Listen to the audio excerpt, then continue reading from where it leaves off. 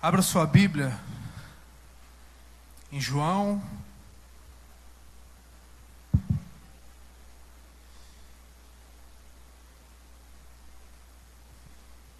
capítulo 16.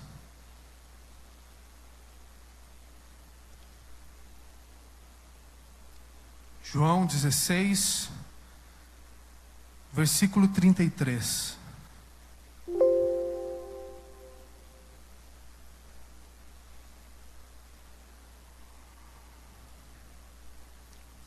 Essa aí foi a tela azul do Windows? Já deu. Nós costumamos falar de missões e muitas vezes que falamos de consequência. A gente fala muito da consequência da missão. Aquilo que já ocorreu como consequência. E nessa noite, eu quero trazer um pouquinho daquilo que eu creio que é a causa. A gente precisa entender o que é a causa. E essa noite eu quero falar de um elemento que ele é fundamental para a obra missionária. E ele não é só fundamental para a obra missionária, é sim para toda a caminhada cristã. Eu quero que você leia comigo só a parte B do versículo 33, que diz assim: no mundo passareis por aflições, mas tende bom ânimo, porque eu venci o mundo. Amém? Depois você pode ler esse contexto todo, mas eu quero trabalhar aqui hoje, nessa noite, o conceito. E é exatamente a respeito de sofrimento e dor que eu quero falar. Eu não quero fazer nenhum tipo de demagogia à dor, ao sofrimento. Não quero fazer nenhum tipo de teologia da miséria. Mas hoje é muito difícil falar de sofrimento na pós-modernidade, nessa era, onde o homem moderno ele procura meios para não sofrer, para que ele ignore a dor, para que ele, de alguma forma, ele encontre uma fuga, para não sentir dor. E, infelizmente, algo que adentrou nas igrejas, acabou entrando nas igrejas também. E quando eu falo igreja, eu não estou falando aqui do ministério apenas. Eu estou falando igreja como corpo de Jesus Cristo. A igreja num todo, na sua totalidade. Só que o que a gente precisa entender é que o sofrimento ele faz parte da vida humana. O sofrimento ele é intrínseco, ele é inerente, ele é algo que faz parte de toda a vida humana e inclusive da caminhada cristã, da vida do cristão. E a verdade é que nós não gostamos de sofrer, não é verdade?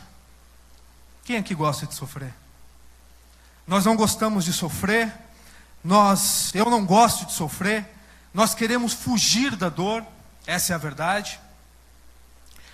Só que existem dores em toda parte da criação, toda. Nós vemos isso no reino animal, por exemplo. Os irmãos já viram aqueles programas de, acho que não é no Discovery, né, que passa, Netinho, né, enfim, é cruel, né, irmãos? Cruel, dá agonia, desespero, ver aquele mata-mata, aqueles comportamentos que é por instinto. Obrigado, Cris. Isso aqui é mais uma cola. Eu sou pentecostal, irmão, só que eu sou meio batista, eu gosto de deixar tudo escrito assim, bonitinho. Eu não confio muito na tecnologia. Mas enfim, a criação, a dor, o sofrimento, ele faz parte da criação. Ele faz parte de toda a criação. E trazendo isso aqui, numa perspectiva humana, o problema do sofrimento, ele não é diferente para nós, seres humanos, na perspectiva humana.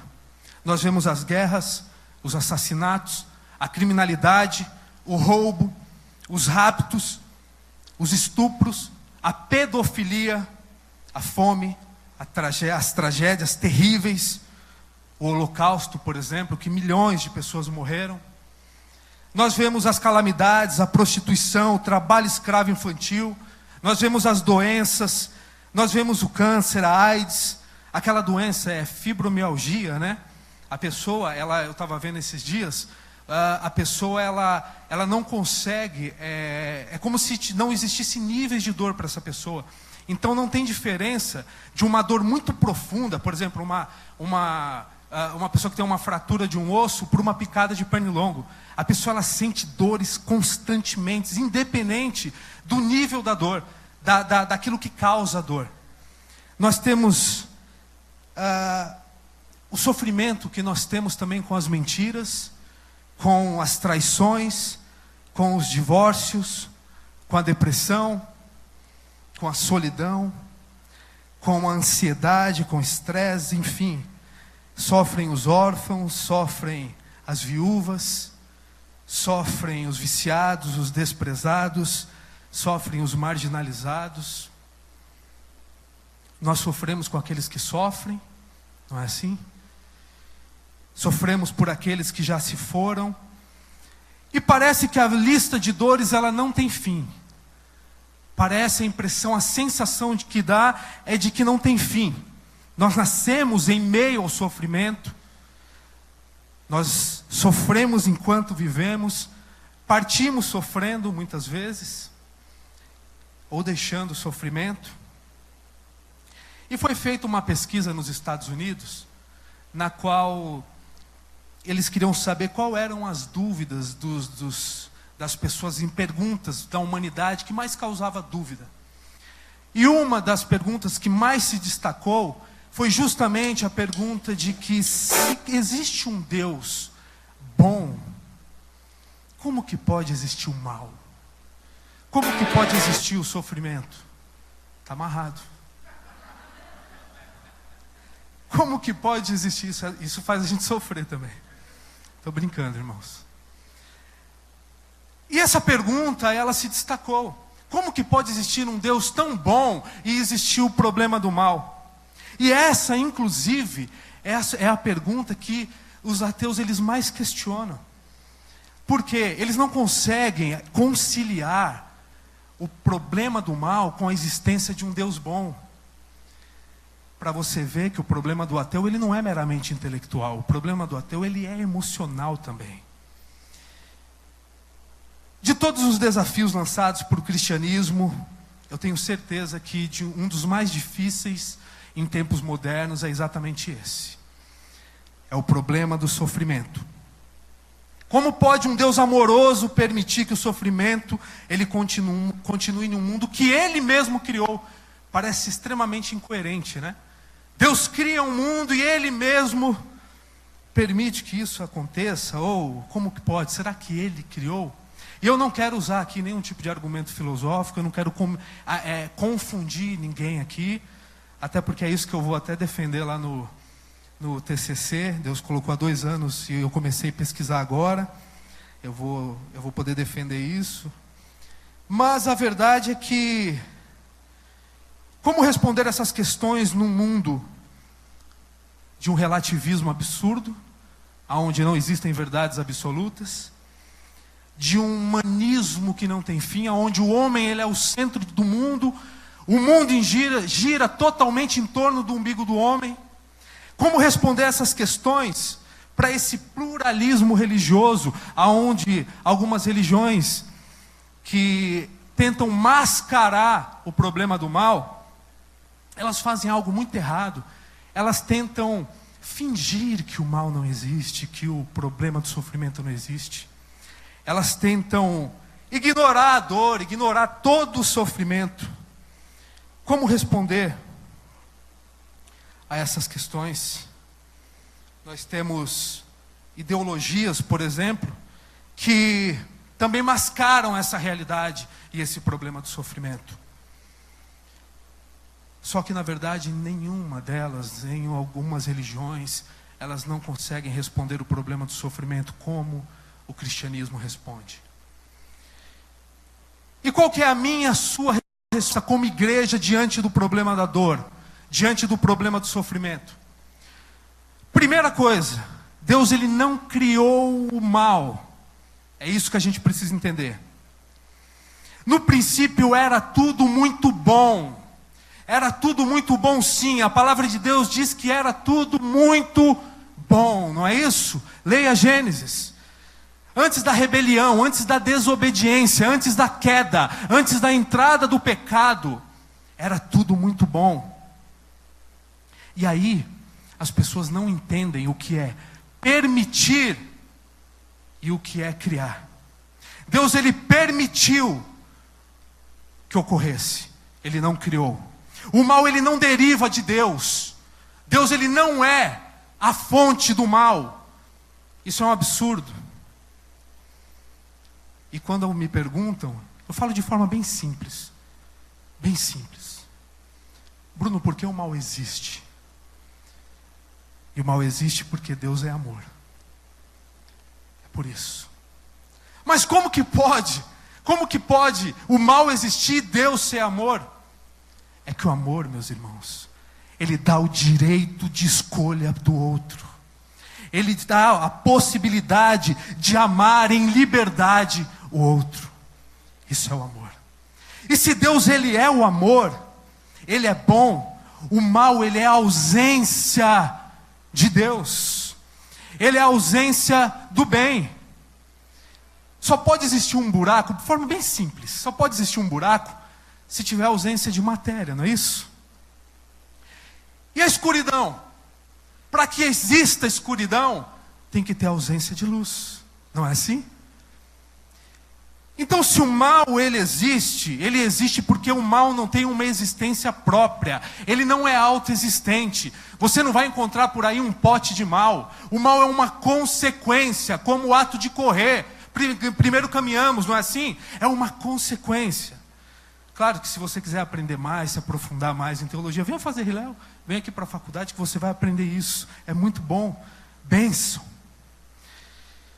Se Deus ele é bondade, o mal só pode ser a ausência de Deus. E essa é uma das respostas que a gente precisa dar para esse mundo. Mas Bruno, em Isaías capítulo 41, versículo 23, diz que Deus, Ele cria o mal, não é isso? Só que não pode tirar o texto do contexto e arrumar um pretexto. O mal moral, ele não é um mal natural, ali é em outro sentido, ali é no sentido de juízo, é outra coisa. Inclusive essa daí eu tirei 10 no trabalho do professor Fred. Glórias a Deus. Tive que estudar, não fiquei orando não para fazer a prova. Deus não pode ser acusado, meus irmãos, de ter criado o mal. Mas se alguém quiser acusar a Deus, acuse Ele de ter amado, de não ter criado o mal. E alguns vão indagar, Bruno, por que então Deus ele não tirou a possibilidade da nossa liberdade? Ele poderia ter tirado, só que também não faz sentido. Porque qual que é a exigência do amor? Qual que é a única exigência que o amor tem? Quem ama espera ser amado. Quem ama quer algo recíproco, não é isso? O amor que não é livre, ele não é amor. E o presente da escolha é o amor. É o amor. Mas não seria melhor então tirar toda a nossa liberdade para que a gente não viesse sofrer? Mas também não faz sentido nenhum, porque sem liberdade não seria possível ter vontade, escolha, opinião, inteligência. Sem a nossa liberdade não teríamos afeição, não teríamos sentimentos genuínos, verdadeiros, não teríamos. Deus não criou um ser autômato, um ser que não tem, uma liberdade. Ele não criou zumbis, marionetes. Deus criou seres para que Ele pudesse se relacionar. E não é porque Deus é um Deus carente, não. Se Ele quisesse ter criado seres manipuláveis, Ele poderia ter ficado com os animais. Não precisaria ter feito o ser humano. E nos primeiros capítulos da Bíblia nós vemos que a razão do porquê Deus ter criado a humanidade foi justamente para desfrutar de um relacionamento vivo, real, verdadeiro, livre em amar e ser amado. Justamente isso. E essa é só um pouquinho, a pontinha do iceberg, a cerejinha do bolo, para que a gente possa responder a esse mundo, um mundo que sofre, um mundo que geme, um mundo que está em ruínas. E qual que é a resposta da igreja para esse mundo, para o problema do sofrimento? Venha, pare de sofrer, é isso? Vem para a igreja, Jesus já vai mudar a sua vida, você não sofre mais, é rápido, é como uma mágica. É essa a resposta? Está amarrado, tudo é o diabo, é essa a resposta que a igreja tem que dar? Não. Qual que é a resposta de uma igreja que só fala de um avivamento, que ele é inexistente? Uma igreja que fala de um derramar de espírito, e repito, eu estou falando de igreja num todo. Uma igreja que fala de um derramar de espírito, lá na raiz, né, da palavra, o vento, está muito mais esse espírito, esse vento, por um vento de ventilador mecânico, porque o vento que tem, hora para chegar e hora para sair, não é o vento do Espírito Santo, de jeito nenhum, é um vento mecânico. Mestres que exalam conhecimentos, métodos infalíveis para trazer saúde para o seio da igreja, mas não tem coragem de entregar um panfleto, não tem coragem de alcançar um perdido, um caído. Uma igreja que é lei demais, um legalismo, é obrigado a cumprir tabela, parece que o véu ele foi costurado. Eu sou obrigado a cumprir os 630 decretos, ordenanças, mandamentos. Aí nós temos os opostos.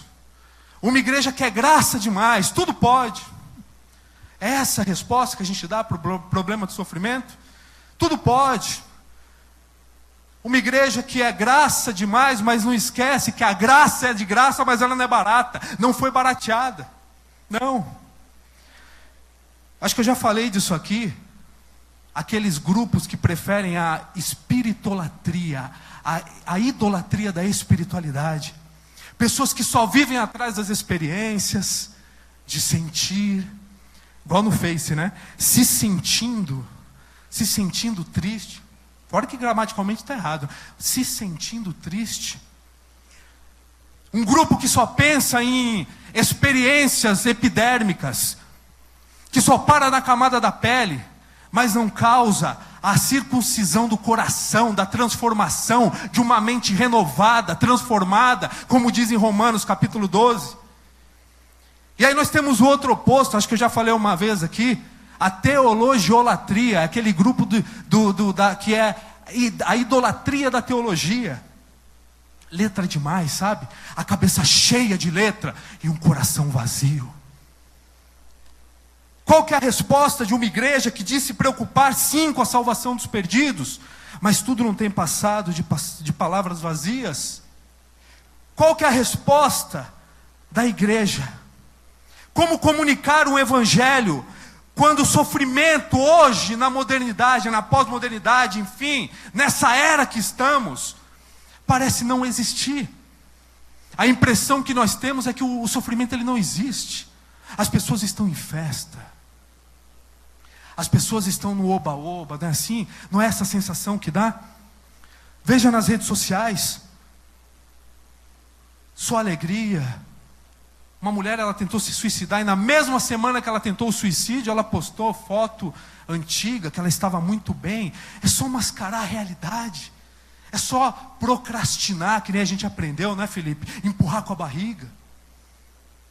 Qual que é a resposta de uma igreja aonde o mundo ele tem entrado muito mais na igreja do que a igreja tem ido para o mundo arrancar as almas das garras de Satanás? Qual a resposta? Qual a resposta de uma igreja que não suporta a correção, a exortação? Uma igreja que não quer a maturidade através da exortação? Qual a resposta? Qual a resposta de uma igreja onde o pecado ele tem sido relativizado? O que é pecado para você, para mim não. Está errado. O que é pecado é pecado. A palavra de Deus ela deixa bem claro.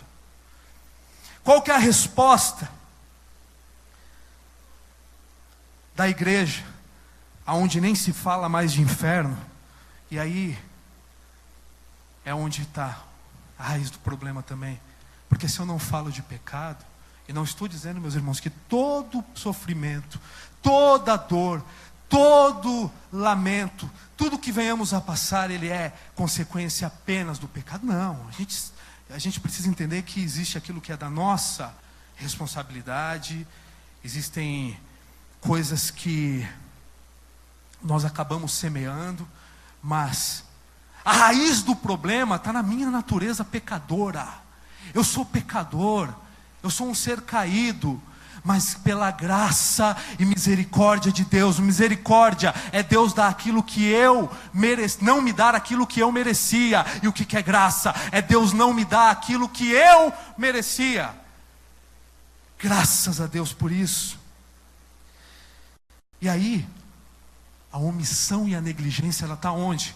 Justamente em não comunicar que esse sofrimento temporário, passageiro, transitório, nem se compara ao porvir, ao sofrimento de uma eternidade num lugar como esse, no inferno. Qual que é a relevância da igreja, da missão da igreja? A igreja tem dado testemunho para aqueles que sofrem, tem dado, testemunhado no trabalho. Porque eu ser crente aqui, colocar um terninho e vir aqui mostrar que eu sou crente com jargões, falando frases prontas, é muito fácil. Mas e no dia a dia, as pessoas enxergarem Cristo nas nossas vidas?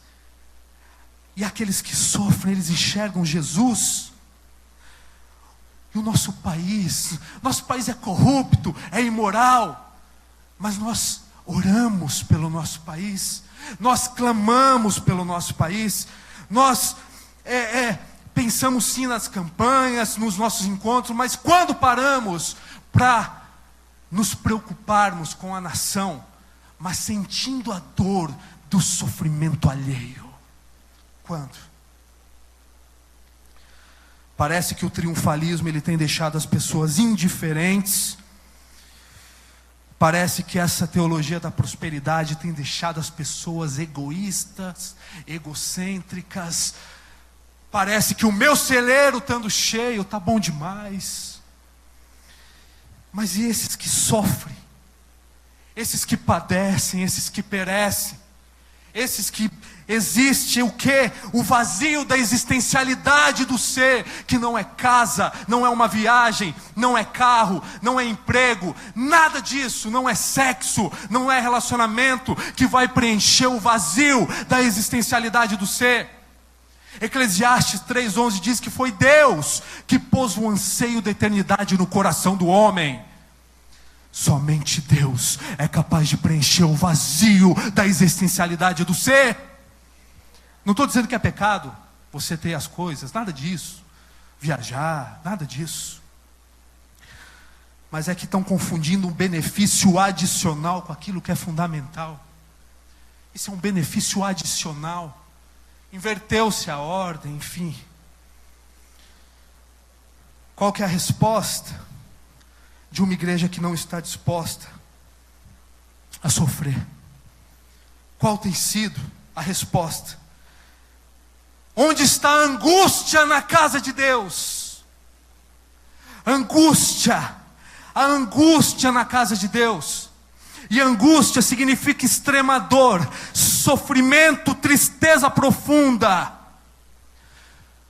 Se você está sentindo angústia, sofrendo, mas essa angústia não faz com que você venha trocar de sapato com o outro, não faz com que você venha se colocar no lugar do outro, não faz com que você venha cumprir a lei de Deus e a missão de Deus, que Deus ordenou e outorgou a você.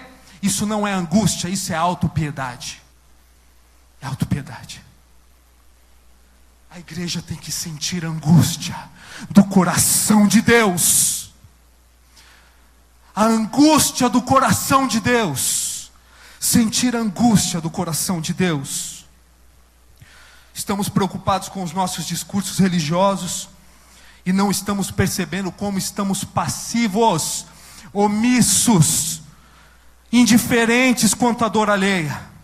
Esses nossos supostos encontros, os nossos retiros, os nossos ajuntamentos, são semelhantes a fogos de artifício.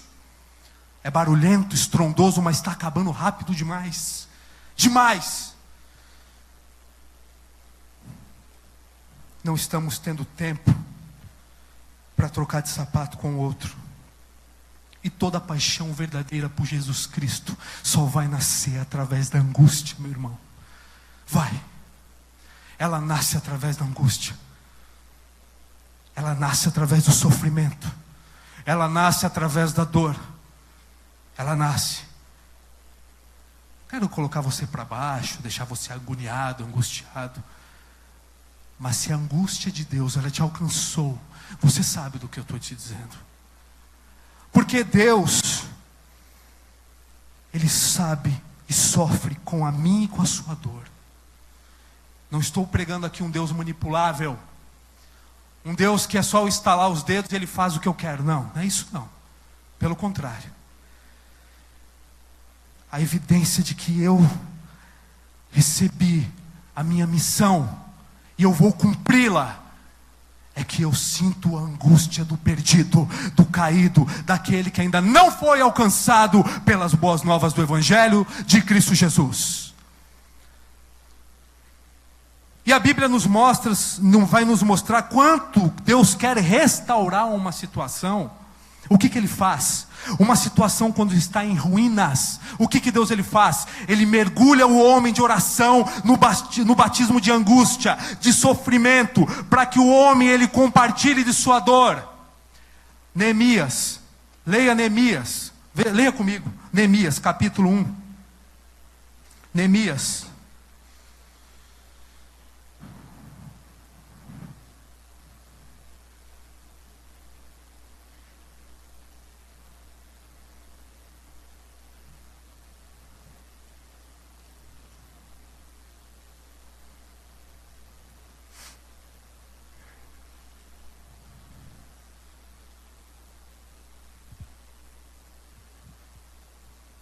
Versículo é o 3.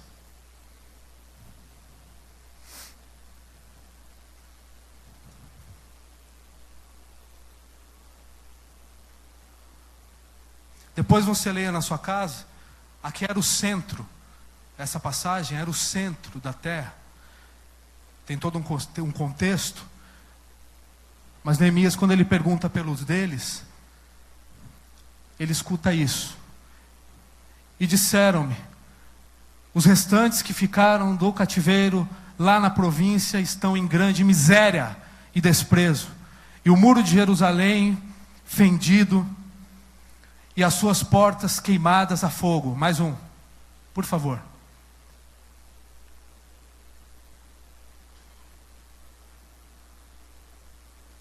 Pode passar mais um.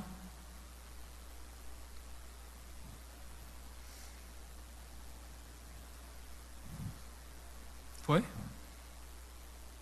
E sucedeu que Neemias ouvindo eu estas palavras, assentei-me e chorei, e lamentei por alguns dias, e estive jejuando e orando perante o Deus dos céus. Essa é a resposta que nós temos que dar quando nos depararmos com a dor, com o sofrimento desse mundo caído, dos nossos. É essa a resposta que nós temos que dar. Só que tem um outro detalhe aqui ainda. Neemias, quando ele começa a orar a Deus, olha o que ele diz no versículo 6. Estejam, pois, atentos os teus ouvidos e os teus olhos abertos, para acudires à oração do teu servo, que hoje faço a tua presença dia e noite, filhos de Israel, teus servos, e faço confissão pelos pecados dos filhos de Israel, os quais temos cometido contra ti, pois eu e a casa de meu pai temos pecado. Uma missão que não reconhece que é pecadora, isso também não é missão, isso não faz sentido. Porque eu só posso trocar de sapato com outro se eu saber ter consciência da miserabilidade que eu vivo como alguém pecador, como um pecador. Só que o sofrimento, meus irmãos, como todas as outras experiências humanas, ele é dirigido pela soberana sabedoria de Deus. Ele é. O sofrimento, ele vai cumprir um propósito, um bom propósito para o bem, para Deus reverter para o bem. E uma coisa que a gente precisa entender é que o mal, o problema do mal, ele vai nos frear. Você sabia disso? Sabia que o medo é bom? O mal, ele é bom. Ele vai estabelecer limites. E a medicina, ela descobriu que a dor, ela é importante, sim. Quer um exemplo? Quando a Bíblia fala dos leprosos, se refere a várias doenças de pele. Não é necessariamente apenas a lepra. Só que existem também hoje, eu estava dando uma lidinha nisso, existem várias lepras, níveis, enfim. Só que a lepra, ela faz o quê? Ela tira a capacidade da pessoa de sentir dor. Não é isso? Você sabia que quando Jesus ele cura um leproso, ele devolve a capacidade da pessoa sentir a dor? Se o evangelho ele está entrando no teu coração, ele vai te dar a capacidade de sentir a dor do pecado, o que o pecado causa e gera na gente. É isso que o evangelho vai fazer. Ele vai nos dar a possibilidade de vermos a necessidade de estarmos diante dos pés de Cristo, de quão pecadores somos. A dor, ela é um benefício. E o sofrimento, ele não é para os fracos. Você sabia que é forte confessar que sofre? Você sabia que é forte mostrar a sua humanidade? Eu conheço um menino que ele sofreu abuso, ele sofreu abandono. Eu conheço um menino que ele viveu anos no pecado, numa miséria da existencialidade humana, com mentiras, com furtos. Eu conheço um menino que ele abandonou também, só projetou aquilo que foi projetado nele. Só que em 2011, esse menino ele descobriu que não importa o que fizeram com ele, importa o que ele vai fazer com aquilo que fizeram com ele. Precisamos parar de culpar o outro, né, Fred? A síndrome messiânica, né? Eu deposito, né, a minha miserabilidade no outro. Precisamos abrir as gavetinhas e fazermos uma limpa. Mostrarmos realmente quem somos. Pararmos de ficar expressando uma espiritualidade inexistente. Uma espiritualidade de um Superman. De alguém que não sofre, não sente dor. Não! Isso não é evangelho. O evangelho ele é trocar de sapato. O evangelho é sentir dor do outro, sim. E não quer dizer que eu me tornei crente, vim para a igreja, entreguei a vida para Cristo, que acabaram os meus problemas. Não, pelo contrário. Nós estamos indo na contramão do mundo. Estamos indo na contramão. E esse menino, em 2011, quando o evangelho entrou na vida dele, ele passou quase 3 anos agonizando e confessando os pecados. 3 anos. Teve até uma vez que ele teve que procurar um dos pastores aí para falar um pecado de 15 anos. Ele tinha 15 anos na época. Esse menino sou eu. Já tive que lidar com algumas coisas, e não quero falar de testemunho aqui e colocar acima da palavra de Deus de jeito nenhum. Mas você está conseguindo começar a entender que aquilo que você sofreu ontem, ano passado, retrasado, eu não sei quando, isso não é para te parar. Não é para que você fique engessado dentro de si mesmo. Você está conseguindo entender que Deus ele te tirou daquilo. Ele está te curando, sabe para quê? Para que você tenha propriedade para pregar a palavra de Cristo Jesus. O que você passou ou está passando, isso daí é para te aperfeiçoar, fazer crescer, para ser um missionário, alguém que não nega a Cristo, alguém que vai sim proclamar as boas novas do reino, com aquilo que mais sofreu, com aquilo que mais doeu. Você sabia disso?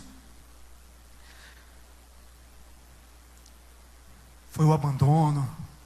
Eu sei que se se os irmãos falarem aqui, nós teremos testemunhos dos mais diversos. Não é pecado ter depressão, irmãos. Eu tenho depressão. Tenho. Não é pecado. E para entender isso, de repente é um problema químico. Tricotomia, corpo, alma e espírito. Às vezes é um problema químico. O meu é químico, é biológico. Neurotransmissor, droga, disfuncionalidade do cérebro. Os neurotransmissores não são mais normais. Eu não posso tomar um gole de cerveja. Eu não posso beber, porque eu não vou beber. Eu vou me afundar, eu vou para uma biqueira. É assim que funciona com o Bruno. Não é pecado. Pecado é negligenciar a saúde. Isso é pecado. Isso é. Não é pecado. Você foi abusado, foi abusada. Não foi você que cometeu o pecado. Deus, Ele vai te curar. Essa 1 tonelada que você está carregando, você precisa sim passar para alguém. Compartilhar com alguém de confiança. Não estou falando para você subir aqui no púlpito e confessar para a assembleia toda, para a comunidade toda. Não. Aquela pessoa de confiança. Existem, né, os psicólogos cristãos, pessoas que estão capacitadas para isso, e vai sempre com aquela perspectiva, por mais que, né, tentem frear, mas vai sim com a perspectiva cristã. Deus, Ele quer curar alguém nessa noite aqui. Deus está querendo curar sim. E Ele está querendo curar justamente para que você faça a sua missão. A missão que Deus, Ele te delegou. Só que não se envergonhe. Eu não sei o que você passou, o que passa, mas de repente você criou uma expectativa assim em cima de algo ou de alguém, e você viu aquilo que você queria tanto indo embora, e você perdeu e não teve possibilidade nenhuma de manter e de se curar aquilo que era teu. Sabe aquele sentimento de potência? Aquilo que a gente amava tanto, nós vimos indo embora e não tivemos a possibilidade nenhuma de segurar aquilo que era meu. Só que Deus, Ele está deixando bem claro que Ele quer te dar estrutura para você suportar aquilo que vai acontecer ainda. É só Deus hoje deixando uma coisa bem claro para você, que na minha vida e na sua vida, nós precisamos de mais base, nós precisamos de mais estrutura, nós precisamos de mais alicerce. Então, meu irmão, busca mais, ora mais, jejua mais, confia mais, entrega mais, caminha mais, ore, entregue, porque o que Deus vai fazer nas nossas vidas, nós temos que estar debaixo de toda uma estrutura. E essa estrutura é o Evangelho de Cristo Jesus, é o Evangelho de Deus. A dor, ela é um benefício, e essa dor, o sofrimento, o lamento, o desespero, é justamente para nos capacitar. Sim, precisamos ver as coisas por uma perspectiva melhor, pararmos com o pessimismo, pararmos. As coisas vão estreitar mais ainda, meus irmãos. Está começando, mas não podemos desanimar de jeito nenhum. A missão, ela continua. Só que não se esqueça que as portas do inferno que não prevalecerão contra a igreja. E o que são portas? É um objeto de defesa. Ou seja, quem avança é a igreja, não é o inferno. A igreja de Jesus Cristo tem que avançar. Ela não pode parar de jeito nenhum. E não vai parar. Não vai. Isso eu tenho certeza. E se o Evangelho chegou até nós hoje, é porque alguém sofreu demais para que isso acontecesse. Você sabia? Veja a história do cristianismo, dos mártires, de toda a história. E aí nós queremos negligenciar. Eu sei que eu não preciso colocar nenhum vídeo aqui, preciso mostrar pessoas sendo decapitadas. Você tem acesso à internet, você pode ver. Não preciso fazer nenhum tipo de sensacionalismo barato. E isso também não é fazer um sensacionalismo barato, é uma realidade. A gente, com um pouquinho que a gente trabalha de missões, a gente vê e recebe notícias e histórias terríveis. E não se engane não que é fora do Brasil só. Aqui tem. do nosso bairro. Pessoas que estão em situações terríveis. E sabe o que é o pior? Dentro da nossa igreja. Você sabia? Às vezes a gente está tão ocupado como igreja, com as nossas atividades, e tem alguém gemendo bem pertinho da gente. A gente levanta as nossas mãos para o céu, a gente canta os nossos louvores egocêntricos, e a gente não consegue enxergar o irmão do lado, agonizando, cuspindo sangue do nosso lado. Existe. O sofrimento está bem próximo. E eu quero aqui fazer uma leitura. É rápido. Fazer a leitura de uma carta. Porque, meus irmãos, Deus, Ele não é um Deus que está vendo, que vê todo o nosso sofrimento de longe e não se compadece. Ele não é um espectador que vê tudo de longe e não se compadece. Não. E eu creio de todo o meu coração que se Deus Ele permitiu que o mal ele surgisse, enfim, acontecesse, é porque Ele também passaria e Ele sofreria. Eu tenho certeza disso. E essa carta é a carta de um legista, Dr. Barbet. Acho que o Júnior, você leu uma vez, né, Júnior? Foi aqui? É de um francês, né? Dr. Barbet, ele é um francês, um legista. Eu quero que você, orando em espírito, você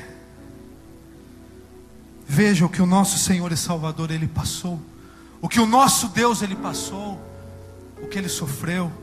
O doutor Adálio, ele vai ouvir algumas palavras que ele conhece bem. E vamos fazer isso orando em espírito, ouvir essa carta. Eu sou um cirurgião e dou aulas há algum tempo. Por 13 anos vivi em companhia de cadáveres e durante a minha carreira estudei anatomia a fundo. Portanto, posso escrever sem presunção a respeito de morte como aquela. Jesus entrou em agonia no Getsemane e seu suor tornou-se como gotas de sangue a escorrer pela terra. O único evangelista que relata o fato é um médico, Lucas, e o faz com a precisão de um clínico. O suar sangue, ou hematidrose, é um fenômeno raríssimo. É produzido em condições excepcionais. Para provocá-lo é necessária uma fraqueza física, acompanhada de um abatimento moral violento, causado por uma profunda emoção, por um grande medo. O terror, o susto, a angústia terrível de sentir-se carregando todos os pecados dos homens, devem ter esmagado a Jesus. Tal tensão produz o rompimento das finíssimas veias capilares que estão sob as glândulas sudoríparas, e o sangue se mistura ao suor e se concentra sobre a pele, escorrendo então por todo o corpo até a terra. Só quero fazer uma observação. Esse fenômeno, o hematidrose, o suar sangue. Eu ouvi essa carta de um pastor que ele lê essa carta, e ele fala que um amigo do pai dele ocorreu esse fenômeno com ele. Mas como? Esse senhor foi fazer uma cirurgia, um tumor, um câncer, e ocorre algo com ele que ele é imune à anestesia. A anestesia não faz efeito nele. Então ele tinha que fazer essa cirurgia nos Estados Unidos. Ele foi até lá. Só que o procedimento cirúrgico ele é cobrado por hora. Então eles ligam, né, eles colocam um cronômetro para correr as horas. E enfim, bateram no cronômetro, começaram a fazer todo o procedimento nesse senhor, porque a anestesia não pega. E ele foi aberto, enfim, removeram o tumor, costuraram ele. E quando bateram no cronômetro, havia se passado 7 horas e 40 minutos mais ou menos, que esse homem passou pela cirurgia. E quando ele se olhou, ele olhou para o corpo dele estava negro, escuro, porque ele sentiu tudo, toda a dor. E como ele sentiu toda a dor, ele suou sangue. Só para os irmãos terem uma ideia do que é esse fenômeno. O terror, o susto, a angústia terrível de sentir-se carregando todos os pecados dos homens devem ter esmagado Jesus. Conhecemos a farsa do processo preparado pelos líderes religiosos, o envio de Jesus a Pilatos e o desempate entre Herodes e Pilatos. Pilatos teve que ceder, e então ordenou a flagelação, o chicoteamento de Jesus. Os soldados despojam Jesus, tiram a roupa de Jesus e o prendem pelo pulso a uma coluna do pátio. A flagelação se efetua com tiras múltiplas de couro, sobre as quais são fixadas bolinhas de chumbo e pequenos ossos. Os carrascos devem ter sido 2, um de cada lado, de diferente estatura. Golpeiam com chibatadas a pele já dilacerada por milhões de microscópicas hemorragias do suor de sangue. A pele se dilacera e se rompe, o sangue espirra. A cada golpe, Jesus reage sobre um sobressalto de dor. As forças se esvaem. O suor frio lhe impregna a fronte. A cabeça gira em uma vertigem de náusea. Calafrios lhe correm ao longo das costas. Se ele não estivesse preso no alto pelos pulsos, ele cairia numa poça de sangue. Depois vem o escárnio da coroação, com longos espinhos mais duros que o de acácia. Os algozes entrelaçam uma espécie de capacete e o aplicam sobre a cabeça de Jesus. Os espinhos penetram no couro, fazendo o couro cabeludo sangrar, e os cirurgiões sabem o quanto sangra o couro cabeludo. Pilatos, depois de ter mostrado aquele homem dilacerado, a multidão feroz o entrega para ser crucificado. Colocam sobre os ombros de Jesus o grande braço horizontal da cruz, que pesa uns 50 quilos. A estaca vertical está plantada sobre o Calvário. Jesus caminha com os pés descalços pelas ruas de terreno irregular, cheias de pedregulhos. Os soldados o puxam com as cordas. O percurso é de cerca de 600 metros. Jesus, fatigado, arrasta um pé após o outro. Frequentemente cai sobre os joelhos. E os ombros de Jesus estão cobertos de feridas. Quando ele cai por terra, a viga lhe escapa, escorrega e lhe esfola o dorso. Sobre o Calvário tem início a crucificação. Os carrascos despojam o condenado, mas a sua túnica, ela está colada nas feridas, nas chagas. E os ferimentos podem produzir dor atroz. Quem já teve uma atadura de gaze colada numa ferida sabe do que se trata. Cada fio de tecido adere e cola a carne viva. E ao levarem a túnica, se laceram as terminações nervosas, postas em descoberto pelas feridas. Os carrascos dão um puxão violento, e há um risco de toda aquela dor provocar uma síncope. Mas ainda não é o fim. O sangue volta a escorrer. Jesus é deitado de costas, as suas chagas se incrustam em pequenos elementos, depositam-lhe sobre o braço horizontal da cruz. Os algozes tomam as medidas, cada um com uma broca. É feito um furo na madeira para facilitar a penetração dos pregos. Os carrascos pegam um prego, um longo prego pontudo e quadrado, apoiam-lhe sobre o pulso de Jesus e com um golpe certeiro de martelo plantam e o rebatem sobre a madeira. Jesus deve ter contraído o rosto assustadoramente. O nervo mediano foi lesado. Pode-se imaginar aquilo que Jesus deve ter provado: uma dor lancinante, agudíssima, que se difundiu pelos dedos e espalhou-se pelos ombros, atingindo o cérebro. A dor mais insuportável que um homem pode provar, ou seja, aquela produzida pela lesão dos troncos nervosos, que provocam uma síncope e chega a fazer a pessoa perder a consciência. Mas em Jesus não. O nervo é destruído só em parte. A lesão do tronco nervoso permanece em contato com o prego. E quando o corpo for suspenso na cruz, o nervo se esticará fortemente como uma corda de violino. A cada solavanco, a cada movimento, vibrará despertando dores dilacerantes. Elevam a Jesus. Os ombros da vítima esfregam dolorosamente sobre a madeira áspera. As pontas cortantes da grande coroa de espinho penetram o crânio. A cabeça de Jesus inclina-se para a frente, uma vez que o diâmetro da coroa o impede de apoiar-se sobre a madeira. Cada vez que o Marte levanta a cabeça, recomeçam as pontadas agudas de dor. Pregam-lhe os pés. Ao meio-dia, Jesus tem sede. Não bebeu desde a tarde anterior e estava desidratado pela perda de tanto sangue. Seu corpo é uma máscara de sangue. A boca está semiaberta e o lábio inferior começa a pender. A garganta seca lhe queima, mas ele não consegue engolir. Tem sede. Um soldado lhe estende sobre a ponta de uma vara uma esponja com bebida ácida de uso entre os militares. Tudo aquilo é uma tortura atroz. De repente, um estranho fenômeno se produz no corpo de Jesus. Os músculos dos braços se enrijecem, e em uma contração que vai se acentuando, os bíceps vão se esticando e sendo levantados. Os dedos vão se curvando.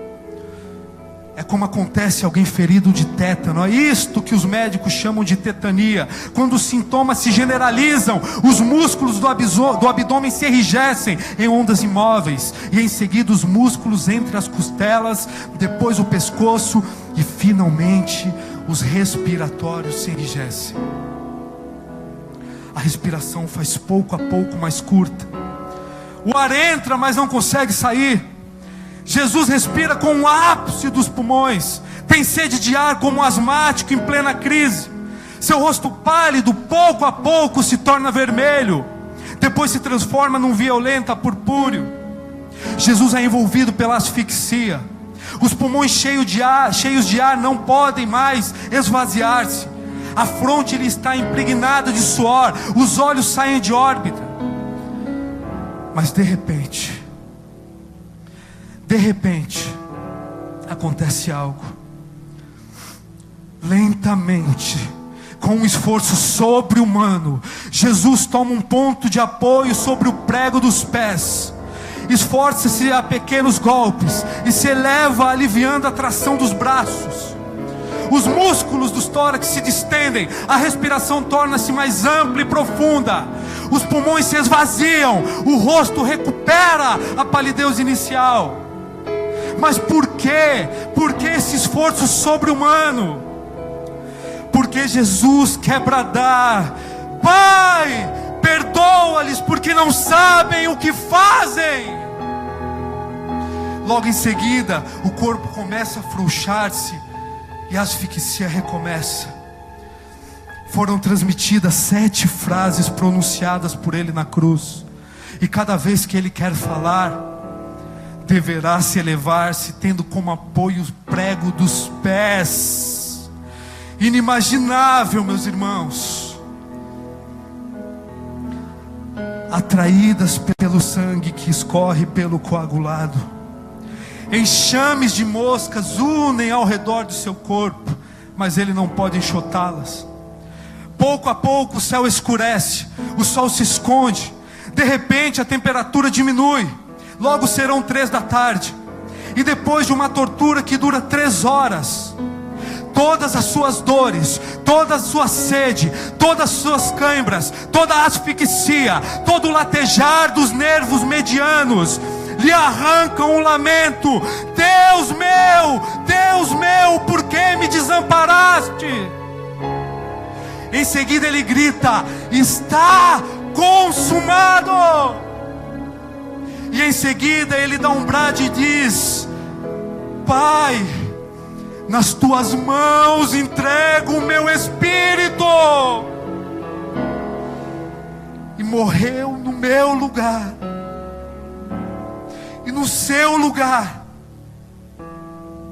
Jesus morreu no meu e no seu lugar. Por quê? Por que que Jesus morreu na cruz? Ele morreu para que todo sofrimento pudesse ter fim, para que toda dor, todo sofrimento pudesse ter fim. E é isso o que nós precisamos saber, que tudo isso, que toda dor, todo choro, todo lamento, todo sofrimento vai acabar, graças ao amor de Deus, graças à dor, o sofrimento de Deus, graças a Deus. Toda dor, todo choro, todo lamento, todo sofrimento vai acabar, graças à morte substitutiva de Cristo na cruz. E a sua palavra nos diz em 1 Coríntios capítulo 2, versículo 9: nem olhos viram, nem ouvidos ouviram, nem mente alguma sequer ousou imaginar aquilo que Deus tem preparado para todos aqueles que o amam. Nem olhos viram, nem ouvidos ouviram, nem mente alguma ousou sequer imaginar aquilo que Deus tem preparado para todos aqueles que o amam.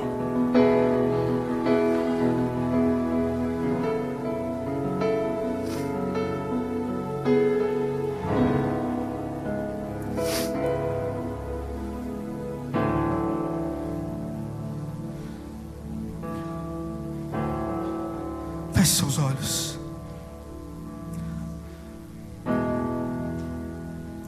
O bem que nos aguarda, o bem que nos espera, não se compara ao mal que venha sobre as nossas vidas. Não se compara. O bem que nos espera, o bem que nos aguarda, não se compara ao mal que queira se levantar sobre as nossas vidas. Esse é o Evangelho, essa é a mensagem da cruz. A mensagem de um Deus santo, justo, que salva pecadores injustos, mediante a morte substitutiva de seu Filho Jesus. Jesus Cristo, naquela cruz, Ele leva os nossos pecados e paga pela nossa culpa. E pagando pela nossa culpa, é despejada a ira de Deus. Quando a ira de Deus é despejada sobre Jesus Cristo, Deus satisfaz a sua justiça, sendo justo e justificador de todo aquele que crê. Jesus, ao terceiro dia, Ele ressuscita dentre os mortos, demonstrando assim que o seu sacrifício foi aceito. Então Ele ordena, meus irmãos, Ele ordena que todos os homens, todos os povos, em todos os tempos, em todos os lugares, se arrependam e creiam no Evangelho. Isso é o Evangelho. Essa é a mensagem da cruz. Esse é o Evangelho de Cristo Jesus. Que você seja curado nessa noite de todo desespero, de toda angústia. Que nessa noite Deus venha usar você como instrumento de graça nesse mundo caído, corrompido, deteriorado. Não é o fim, não é o fim para você, não é o fim para mim. O Evangelho é a nossa esperança. Essas são as boas novas do Evangelho. Todo louvor, honra, glória, majestade seja dada a Deus.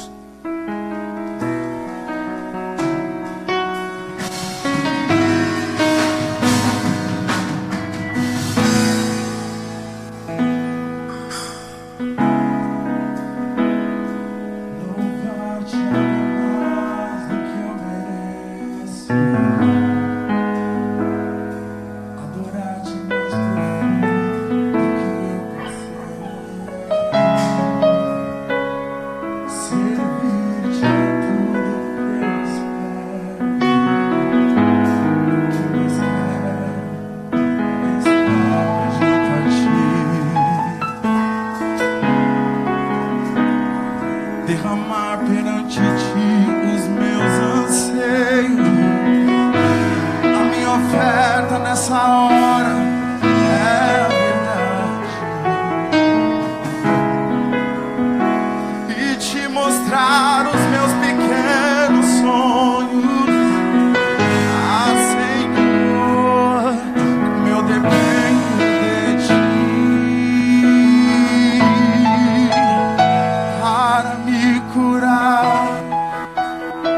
para me ensinar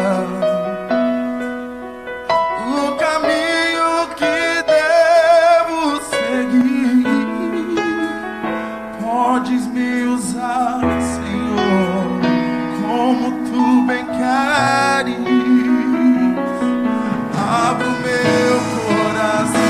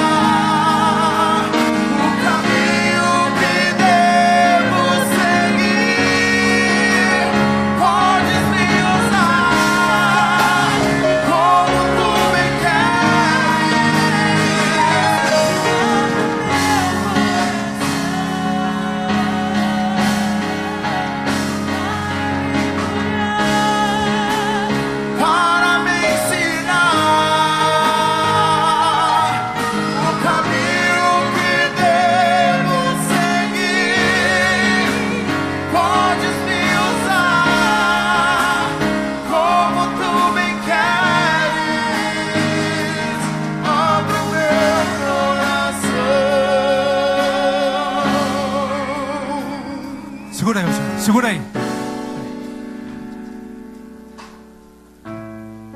Tem alguém nessa noite que precisa fazer uma aliança, renovar votos, entregar o coração diante do altar? Tem? Tem alguém que foi alcançado pelo Espírito de Deus, pela mensagem da cruz, e quer renovar, quer se fortalecer, quer ter um compromisso nessa noite? Quer entregar a sua vida diante do altar? E entrega diante do altar é renúncia. Vai sofrer, vai sentir dor, mas somos pequenos e fracos nas mãos de um Deus grande e poderoso. Tem alguém que não entregou sua vida para Jesus ainda e quer fazer isso? Tem alguém que quer entregar a vida para Jesus? Pode vir aqui. Vem até aqui. Ou alguém que está distante desse altar, do altar de Deus, e quer se aproximar, entregar, renunciar, abdicar, obedecer, seguir, caminhar. Tem? Vem aqui na frente. Entregue sua vida para Jesus. Se você não quiser, pode ficar no seu lugar. Nós estaremos orando por você. Dê uma vida. Deus abençoe. Entregue sua vida. Toda honra.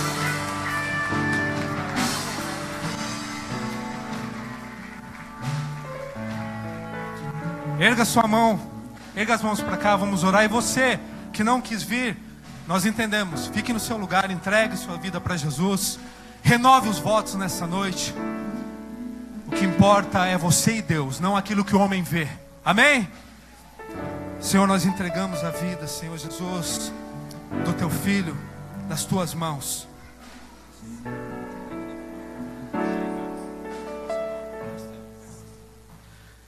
Senhor, o Marcelo, Pai, ele vem com o coração contrito, quebrantado diante do teu altar.